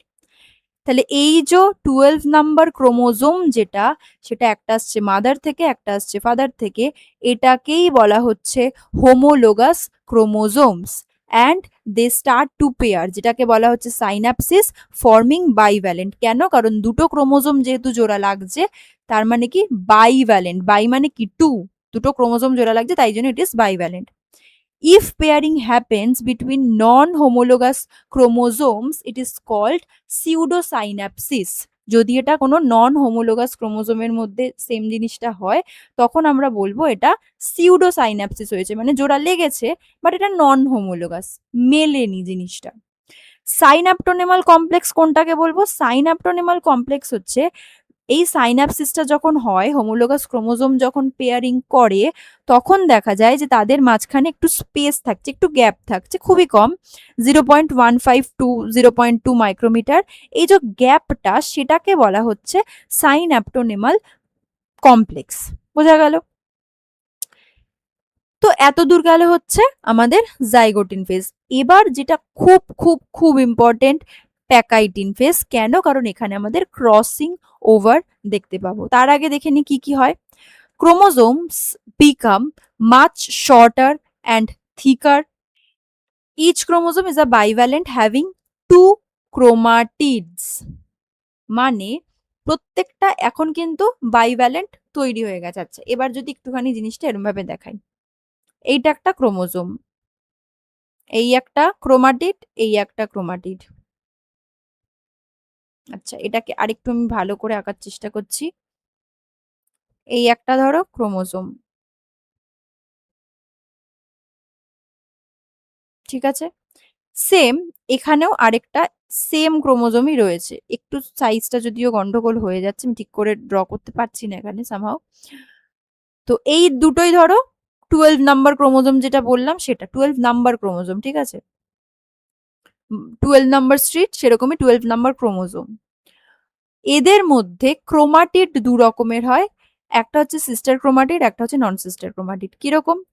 একটা ক্রোমোজোমেরই যদি আমি দুটো ক্রোমাটিডের কথা বলি, মানে কি এই একটা ক্রোমাটিড আর এই একটা ক্রোমাটিড, মানে এই একটা আর এই একটা, এই দুটোকে নিয়ে যদি আমি বলি, এদেরকে আমি বলবো কি সিস্টার ক্রোমাটিড, মানে কি বোন বোন পাশাপাশি রয়েছে, ঠিক আছে?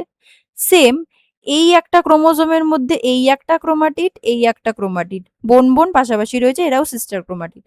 কিন্তু আমি যদি এইটার একটা ক্রোমাটিড নেই আর এটার একটা ক্রোমাটিড নেই, এদেরকে কিন্তু আমি বলবো নন সিস্টার ক্রোমাটিড। কেন? কারণ দুটো আলাদা আলাদা ক্রোমোজোমের মধ্যে রয়েছে। হ্যাঁ, তারা দুজনেই 12 নাম্বার ক্রোমোজোম, কিন্তু ক্রোমাটিড দুটো আলাদা আলাদা ক্রোমোজোমে রয়েছে। That is why these are called non sister chromatid. এই ক্রোমোজোমটা আমি ধরে নিলাম প্যাটার্নাল অরিজিন থেকে এসছে, আর এই ক্রোমোজোমটা ম্যাটার্নাল, মানে এটা ফাদার থেকে এসছে, এটা মাদার থেকে এসছে। বোঝা গেল? তাহলে each chromosome is a bivalent having two chromatids. প্রত্যেকটার মধ্যে কিন্তু প্রত্যেকটা ক্রোমোজোমে দুটো করে ক্রোমাটিড রয়েছে, consisting 4 chromatids in homologous chromosomes, মানে টু হোমোলোগাস ক্রোমোজোমস, যেটাকে আমরা টেট্রাড বলি। তাহলে টোটাল নাম্বার অফ ক্রোমোজোম যদি আমি এখানে দেখি, টোটাল কটা থাকছে? 1 2 3 4। টোটাল ক্রোমাটিডস হচ্ছে 4টে, তাই জন্য এটাকে বলা হচ্ছে টেট্রা। টেট্রা মানে নাম্বার 4 কে বোঝায়। Interchange of chromatin segments tax place between homologous chromosomes, যেটাকে বলা হচ্ছে ক্রসিং ওভার। এবার বোঝো ক্রসিং ওভারটা কিরকম ভাবে হয়। ক্রসিং ওভার কিন্তু নন সিস্টার ক্রোমাটিডস এর মধ্যে হচ্ছে। কিরকম? তাহলে আমি সিস্টার ক্রোমাটিডের মধ্যে তো হবে না, মানে একটা প্যাটার্নাল অরিজিন থেকে এসছে, একটা ম্যাটার্নাল অরিজিন থেকে এসছে, এইরকম ক্রোমোজোমের মধ্যে সেম ক্রোমোজোম, মানে 12 নাম্বার ক্রোমোজোমে আমি বলছি, এই একটুখানি পার্ট আর এই একটুখানি পার্ট, মানে কি নন সিস্টার ক্রোমাটিডের মধ্যে কিন্তু ক্রসিং ওভারটা হবে, এরকম একটা কাট তৈরি হবে বাই দ্য এনজাইম এন্ডোনিউক্লিয়েস। ঠিক আছে, এটাকে বলা হচ্ছে নিকিং। এই যে কাঠটা যে তৈরি হচ্ছে এটাকে বলা হচ্ছে নিকিং। এটা অ্যাকচুয়ালি না আরো কাছাকাছি থাকে, মানে ধরো এই ক্রোমাটির একটা, আর আমি বললাম এখানের এই ক্রোমাটির আরেকটা, এখানে সেন্ট্রোমিয়ারটা রয়েছে, এখানেও সেম সেন্ট্রোমিয়ারটা রয়েছে, এই একটা আরেকটা ক্রোমাটিড। তাহলে এই যে দুজনের মধ্যে কিছুটা সেগমেন্ট এদিক ওদিক হয়ে যাচ্ছে, এটাকেই বলা হবে কিন্তু crossing over. In some of these cases, exonucleus creates a gap at this nicking site. তাহলে প্রথমে এন্ডোনিউক্লিয়াস একটা কাট তৈরি করলো, ঠিক আছে, তারপর দেখা যাচ্ছে কিছু কিছু ক্ষেত্রে এক্সোনিউক্লিয়াস অন্য একটা এনজাইম তারা কি করছে, এই নিকিং সাইটে একটু গ্যাপ তৈরি করছে। অ্যাকচুয়ালি 5' 3' গল্প 5'টাকে কিছুটা নষ্ট করে দেয়। যখন আমরা ডিএনএ নিয়ে পড়বো এটাকে 5' 3' কোন কোন কি এনজাইম কাজ করছে আরো ডিটেলে বলবো, বাট এক্সোনিউক্লিয়াস ওই 5'টাকে কিছুটা নষ্ট করে দেয় এবং কিছুটা গ্যাপ তৈরি করে। At this stage, genetic materials are exchanged between non-sister chromatids, which creates chiasma, যেটা কিনা X shape। chiasmaটা অনেকটা বলতে পারো এইরকম দেখতে, যদি এটা এক্স এর মতন কতটা লাগছে বুঝতে পারছি না, বাট একটা এরকম এক্স মতন শেপ তৈরি করে। এই যে এক্স শেপ যেটা, এটা কাদের মধ্যে হবে, এই যে নন সিস্টার ক্রোমাটিড দুটো হয়েছে, একটা প্যাটার্নাল একটা ম্যাটার্নাল, এদের মধ্যে কিন্তু ওই কায়াজমা ফরমেশনটা হবে, যার জন্য এই জিনের কিছু আদান প্রদান হবে। এখানের কিছু জিন, প্যাটার্নাল অরিজিনের কিছু জিন এখানে চলে যাবে, আর ম্যাটার্নাল অরিজিনের কিছু জিন এখানে চলে আসবে, এইভাবে জিনিসটা ক্রসিং ওভারটা হয়। অ্যাট দ্য এন্ড লাইগেজ, মানে যেটা অ্যাকচুয়ালি ডিএনএ লাইগেজ, তারা কি করছে স্ট্র্যান্ডগুলোকে জোড়া লাগিয়ে দিচ্ছে। তাহলে এই যে কিছুটা ডিএনএ এখানে চলে গেল বা এই কিছুটা ডিএনএ এখানে চলে এলো, ওখানে গিয়ে কি নর্মালি থেকে যাবে না, ওকে কিছুটা জোড়া লাগাতে হবে, লাইগেট করতে হবে। এইটার কাজটা করছে ডিএনএ লাইগেজ। তাহলে এই পুরো প্রসিডিওরটাই হচ্ছে ক্রসিং ওভার।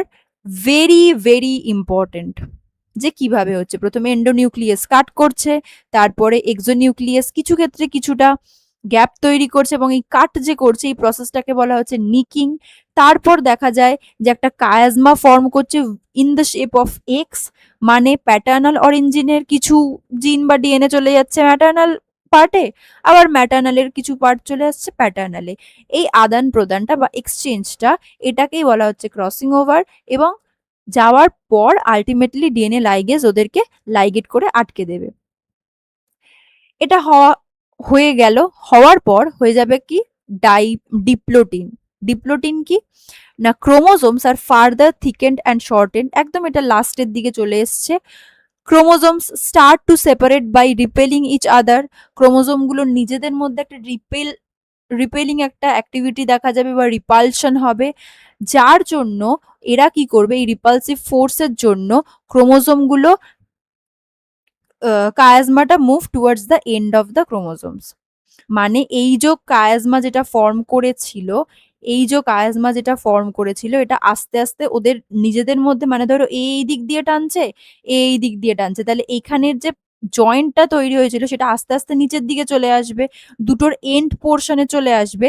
এই জিনিসটাই হচ্ছে টার্মিনালাইজেশন, যেহেতু কায়াজমাটা টার্মিনাসের দিকে চলে আসছে।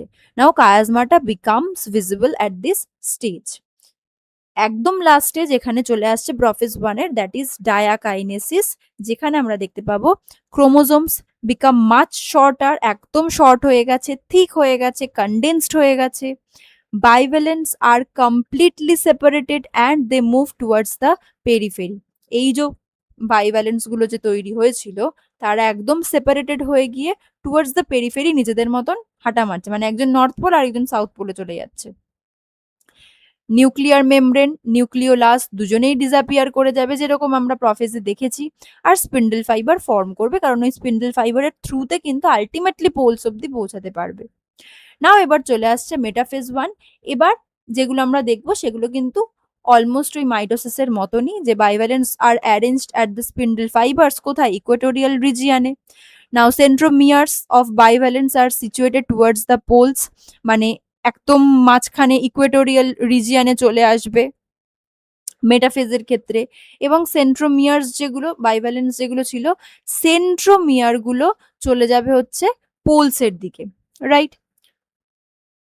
আর অ্যানাফেজ ওয়ানে কি হচ্ছে, bivalence move towards the opposite poles due to the contraction of spindle fibers, just as that of the anaphase, যেটা আমরা মাইটোসিসে অলরেডি পড়ে এলাম, যে ওরা এবার আস্তে আস্তে স্পিন্ডল ফাইবার গুলো যখন কন্ট্রাক্ট করবে আস্তে আস্তে টুয়ার্ডস দ্য পোল মুভ করা স্টার্ট করবে, যার জন্য এই চারটে শেপ হতে পারে ক্রোমোজোমের। Separation of homologous chromosome is called disjunction. এবার এই ডিসজাংশনের কিন্তু একটা খুব মারাত্মক ইম্পর্টেন্স রয়েছে, আমরা একটু বাদেই দেখে নেব সেটা।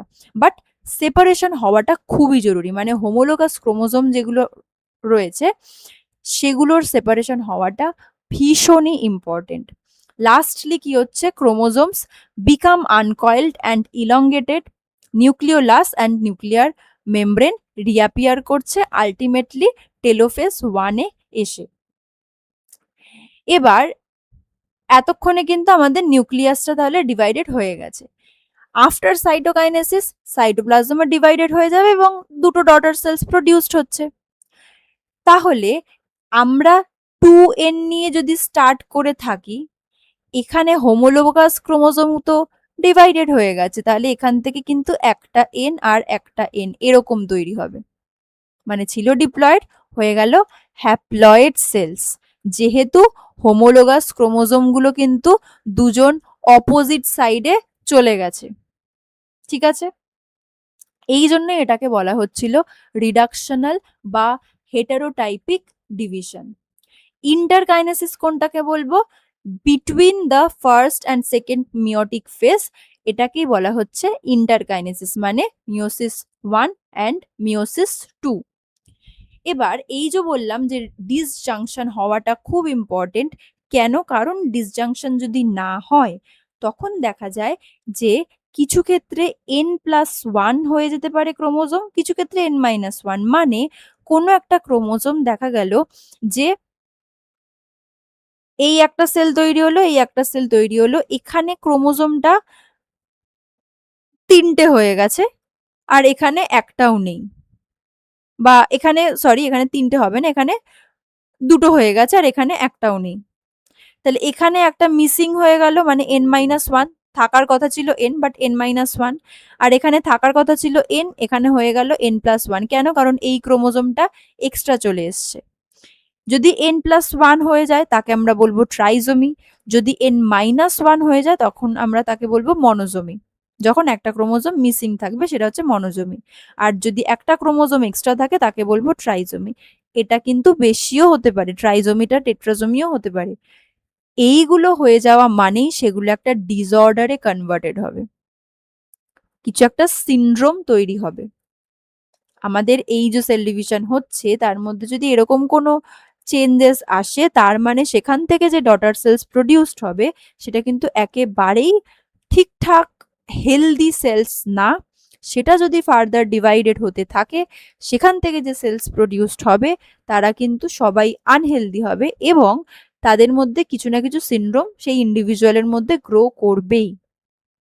When disjunction does not take place during anaphase 1, both homologous chromosomes are pulled towards the same pole. এই যে একটা নর্থ একটা সাউথে গেছিল, এটা যদি না হয় তখনই এই কেসটা হয় এবং এটা একটা অ্যাবনর্মাল সেলস প্রডিউসড করে, যেটা কিন্তু একটা, যেটা বললাম ডাউন সিনড্রোম, টার্নার সিনড্রোম, এগুলোর ক্ষেত্রে আমরা এই জিনিসগুলো দেখতে পাই, হয় একটা ক্রোমোজোম বেশি আছে বা একটা ক্রোমোজোম কম আছে, এই প্রবলেমগুলো দেখা যায়।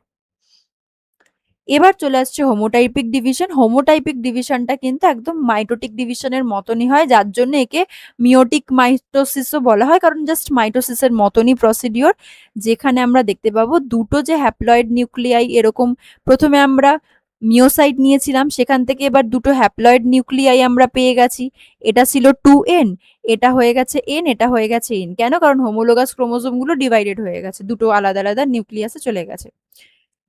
এবার প্রত্যেকটা সেল মাইটোসিসের থ্রুতে ডিভাইডেড হবে, মানে মাইটোসিস মানে কি, ক্রোমোজোম নাম্বার সেম থাকবে, তাহলে এটা একটা এন হবে, এটা একটা এন হবে, সেম এটা এন। হ্যাঁ, তো এই একটা সেল, এই একটা সেল, মানে এখানেও একটা এন, এখানেও একটা এন, তাহলে এখানে টোটাল সেল তৈরি হবে কিন্তু 4টে, 4। 2 haploid nuclei divide to produce 4 haploid nuclei, দুটো হ্যাপ্লয়েড থেকে টোটাল 4টে হ্যাপ্লয়েড নিউক্লিয়াই। কি হচ্ছে প্রফেস 2 তে? Same, nuclear membrane nucleolus disappear করবে, ক্রোমোজোম গুলো শর্ট অ্যান্ড থিক হবে, যা এতক্ষণ পড়লাম যেই যেই প্রসিডিওর সেগুলোই হতে থাকবে। অ্যানিমাল সেলসে কি হবে? Centriole start to move towards the opposite pole, যাতে এস্টার ফর্ম করে, সেখান থেকে স্পিন্ডল ফাইবার তৈরি হবে। মেটাফেজ 2 তে কি হচ্ছে? Chromosome start to arrange themselves at the equatorial region, স্পিন্ডলের ক্ষেত্রে।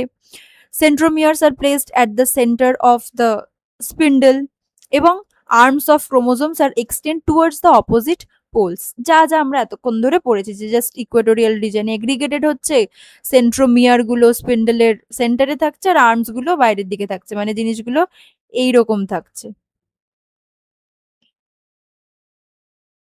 এরকম থাকছে। যদি একটা স্পিন্ডল ফাইবার হয়, জিনিসগুলো এরকম থাকবে। এবার এ যাবে সাউথ পোলে, এ যাবে নর্থ পোলে, এই হচ্ছে ব্যাপারটা। সেম অ্যানাফেজ 2 তে কি হচ্ছে? স্পিন্ডল ফাইবারস কন্ট্রাক্ট করছে, একটা এক্সার্ট করছে, পুল, মানে একটা পুলিং ফোর্স এক্সার্ট হচ্ছে, যার জন্য কি হচ্ছে? সিস্টার ক্রোমাটিড গুলো অপোজিট পোলসের দিকে হাঁটা মারছে, মানে এই যে একটা স্পিন্ডল ফাইবার যদি কন্ট্রাকশন করে, এরকম ভাবে যদি কন্ট্রাকশন করে, তার মানে কি এখান দিয়ে আস্তে আস্তে একটা পুলিং ফোর্স কাজ করছে, যে একে টানছে, এ ওকে টানছে। তো আলটিমেটলি ক্রোমোজোম গুলো একটা যাবে নর্থ পোলে, একটা যাবে সাউথ পোলে। টেলোফেজে ultimately nuclear membrane nucleolus reappear করে, আর ক্রোমোজোমগুলো start to unwind, revert back to its elongated thread like structure, যাকে আমরা বলছি ক্রোমাটিন ফাইবার। ওই যে ওয়াটার অ্যাবজর্ব করে থিন হয়ে যাচ্ছে, আবার ক্রোমাটিন ফাইবারে কনভার্টেড হচ্ছে। তাহলে এই যে মিওসিস, এটার আমরা মেইনলি কি দেখলাম? আচ্ছা, তার আগে সাইটোকাইনেসিস অবশ্যই হতে হবে, কারণ সাইটোকাইনেসিস না হলে তো আমাদের সিনসাইশিয়াম হয়ে যাবে, একটা সেলের মধ্যে মোর দ্যান 1 নিউক্লিয়াস চলে আসবে, তো সেটা হলে তো প্রবলেম। সাইটোকাইনেসিসও ঠিকঠাক হয়ে গেল। এবার আমরা যেটা দেখলাম, যে প্রথমে ছিল, একদম প্রথমে ছিল 2n, তারপর রিডাকশনাল ডিভিশনের জন্য তৈরি হলো দুটো n, এ ছিল হচ্ছে ডিপ্লয়েড, কারণ আমরা দেখতে পাচ্ছি এর মধ্যে রয়েছে কি 2n, এরা প্রত্যেকেই হচ্ছে হ্যাপ্লয়েড, কারণ এর মধ্যে রয়েছে n নাম্বার অফ ক্রোমোজোমস। এবার এই প্রত্যেকটা n হ্যাপ্লয়েড নিউক্লিয়াস থেকে তৈরি হচ্ছে কি? প্রত্যেকটা হ্যাপ্লয়েড নিউক্লিয়াই, মানে প্রত্যেকটা হ্যাপ্লয়েড নিউক্লিয়াস টোটাল। তাহলে এখন আমার কটা আছে টোটাল? এরাও হয়ে যাচ্ছে হ্যাপ্লয়েড, এবং এখানে ছিল প্রথমে একটা, তারপর আলটিমেটলি তৈরি হচ্ছে কিন্তু 4টে। তাহলে each nucleus has haploid number of chromosome, যেগুলো তৈরি হয়েছে হ্যাপ্লয়েড নাম্বার অফ ক্রোমোজোমস ছিল। Thus at the end 4 haploid daughter cells are formed from a single diploid parent cell. তাহলে এটা ছিল ডিপ্লয়েড প্যারেন্ট সেল, সেখান থেকে 4টে হ্যাপ্লয়েড ডটার সেলস প্রডিউসড হলো। এই পুরোটা গেল হচ্ছে মিওসিস। আশা করছি আমি কিছুটা বোঝাতে পেরেছি। সিগনিফিকেন্স কি হবে যদি এই প্রসেসটা না হতো? তাহলে কি হতো দেখো, ধরো 2nটা রিডাকশনাল ডিভিশন হলো না, আচ্ছা ভালো কথা, 2nটা থেকে আবার 2nই তৈরি হচ্ছে, এরকম যদি হতো 2n থেকে 2n তৈরি হচ্ছে, আবার এখান থেকে 2n তৈরি হলো, মানে এই একটা 2n, এই একটা 2n, আবার এখান থেকে একটা 2n, আবার এখান থেকে 2n। ধরো যদি এরকম হতো, তাহলে প্রবলেমটা কি হতো?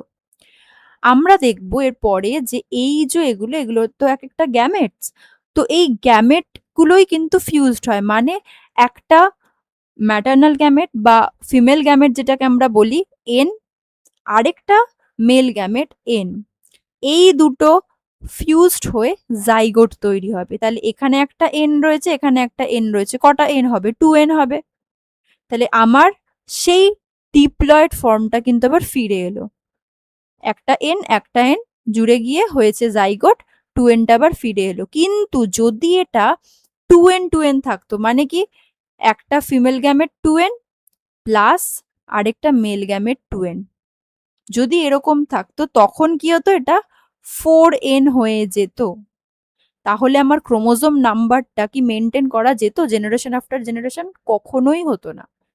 যত জেনারেশন যেত সেটা কিন্তু আরো বাড়তে থাকতো নাম্বারটা। কাজেই এই মিওসিসটা এনশিওর করছে যে জেনারেশন আফটার জেনারেশন ক্রোমোজোমাল নাম্বারটা তার যে অফস্প্রিং তার মধ্যে মেইনটেইনড থাকবে।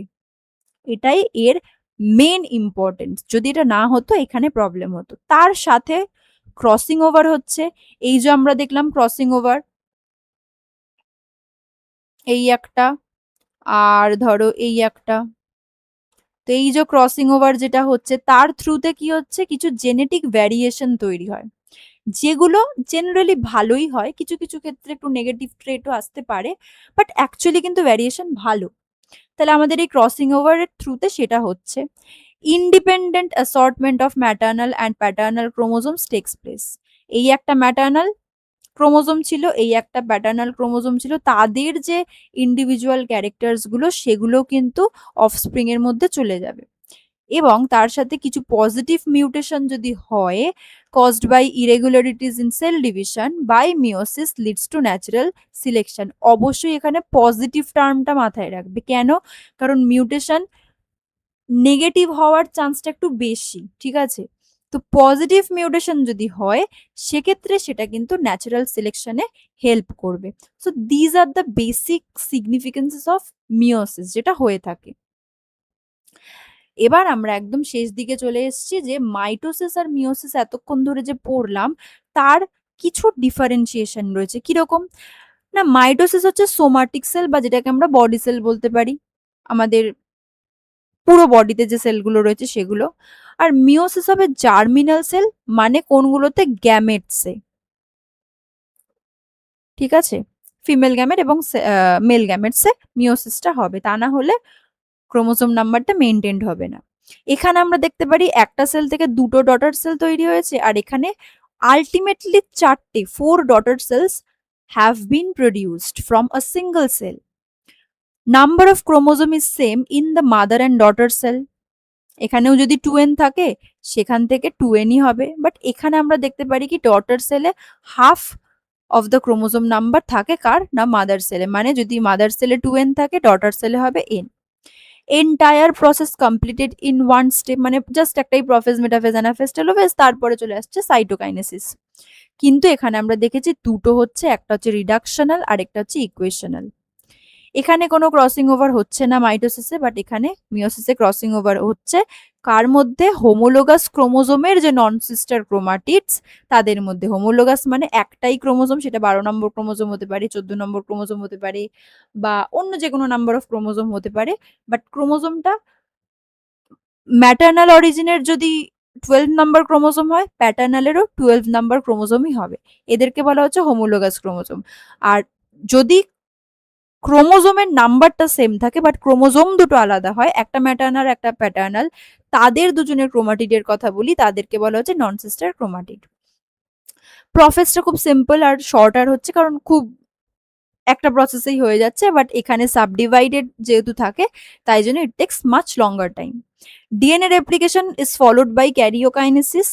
আর এখানে ডিএনএ রেপ্লিকেশন একবার হচ্ছে, বাট ক্যারিওকাইনেসিস কিন্তু দুবার হচ্ছে। Daughter cells are genetically similar. এখানে daughter cells differ genetically from each other. কেন? কারণ আমরা দেখতে পাই ক্রসিং ওভার হচ্ছে from the parent cell as well as due to crossing over. Parent সেলের থেকেও ডিফারেন্ট হয় এবং ডটার সেল নিজেরা যেগুলো প্রডিউসড হচ্ছে সেগুলোও ডিফারেন্ট হয়। কেন? কারণ তাদের মধ্যে যেহেতু ক্রসিং ওভারটা হচ্ছে।